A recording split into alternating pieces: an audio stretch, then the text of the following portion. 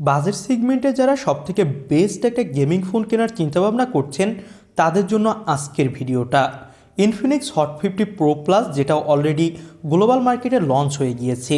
ফোনটা দেখতে যেমন অস্থির লেভেলের সুন্দর, তেমনি এই ফোনটার গেমিং এক্সপিরিয়েন্সও হবে একদম জোস লেভেলের। পাশাপাশি ক্যামেরা কোয়ালিটিও অনেক ভালো।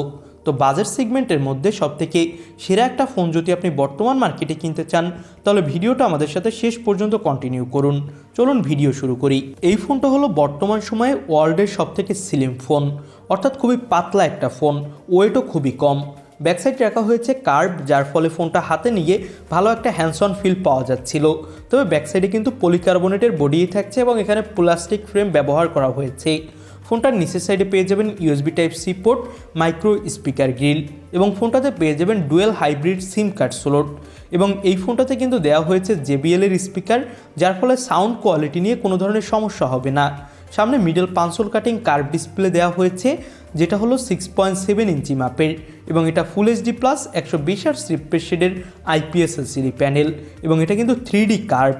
তো ওভারঅল কিন্তু ফোনটার ডিসপ্লে কোয়ালিটি এক কথা টপ ক্লাস হতে যাচ্ছে। 120 হার্টজ রিফ্রেশ রেটের সাথে এখানে আপনি অনেক ভালো স্মুথ পারফরমেন্স পাবেন, এবং ডিসপ্লের চিন বেজেলস একদম নেই বললেই চলে, এবং ডিসপ্লের ব্রাইটনেসও যথেষ্ট ভালো দেওয়া হয়েছে।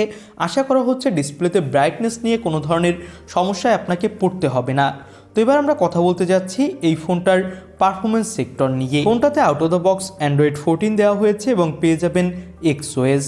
তবে এই ফোনটাতে কিন্তু কোনো ধরনের আপডেটের কিছু বলেনি এখন পর্যন্ত ইনফিনিক্স। মিডিয়াটেকের হেলিও G100 চিপসেট ব্যবহার করা হয়েছে, যেটা একদম লেটেস্ট একটা চিপসেট, এবং এর অ্যান্টুটু স্কোর দাঁড়ায় 4,30,000-এর উপরে। তো PUBG, free fire, call of duty, Asphalt 9-এর মতো গেমগুলো বাজেট সেগমেন্টের ফোন হিসাবে এই ফোনটাতে খুবই ইজিলি এবং খুবই স্মুথ রান করা যাবে। তেমন একটা ল্যাগ ইস্যু অথবা ফ্রেম ড্রপ ইস্যু আপনাকে ফেস করতে হবে না এই বাজেট অনুযায়ী। পারফরমেন্সের দিক থেকে আশা করা হচ্ছে ফোনটা খুবই ভালো একটা ফোন হতে যাচ্ছে। যারা বেস্ট একটা গেমিং ফোন কিনতে চান এই বাজেটে, তারা অবশ্যই এই ফোনটা দেখতে পারেন। এবং এই ফোনটাতে 8GBর সাথে আরও 8GB পর্যন্ত আপনি ভার্চুয়াল র্যাম অ্যাড করতে পারবেন, যেটা আপনার গেমিং এক্সপিরিয়েন্সকে আরও বেশি বুস্ট আপ করবে। ফোনটাতে 13 মেগাপিক্সেলের সেলফি ক্যামেরা থাকছে, এবং এই ফোনটার ব্যাকসাইডে ব্যবহার করা হয়েছে 50 মেগাপিক্সেলের প্রাইমারি ক্যামেরা। সাথে পেয়ে যাবেন একটা AI লেন্স, যেটা একদম কাজেরই না বলতে পারেন। ব্যাকসাইডের ক্যামেরা দিয়ে আপনি ভিডিও রেকর্ডিং করতে পারবেন, সামনের ক্যামেরা দিয়েও ভিডিও রেকর্ড করার সাপোর্ট থাকছে। ফোনটা দিয়ে তোলা কিছু ছবি দেখতে পাচ্ছেন। ব্রাইটনেস এবং শার্পনেসের বাজেট অনুযায়ী তেমন কোনো ঘাটতি নেই। 5000 mAh ব্যাটারি আর সাথে 33 ওয়াটের ফাস্ট চার্জার পাবেন, যেটা দিয়ে মোটামুটি দ্রুতই ফোনটা চার্জ করতে পারবেন। তো এই তো গেল স্পেসিফিকেশন সেক্টর।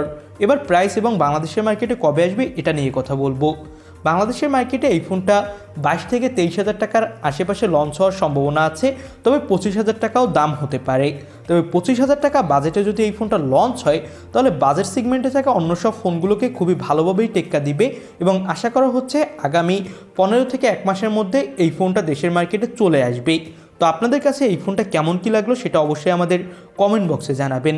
নতুন কোনো ভিডিওতে আপনাদের সাথে কথা হবে। আজকের মতো ভিডিও এখানেই শেষ করছি। আল্লাহ হাফেজ।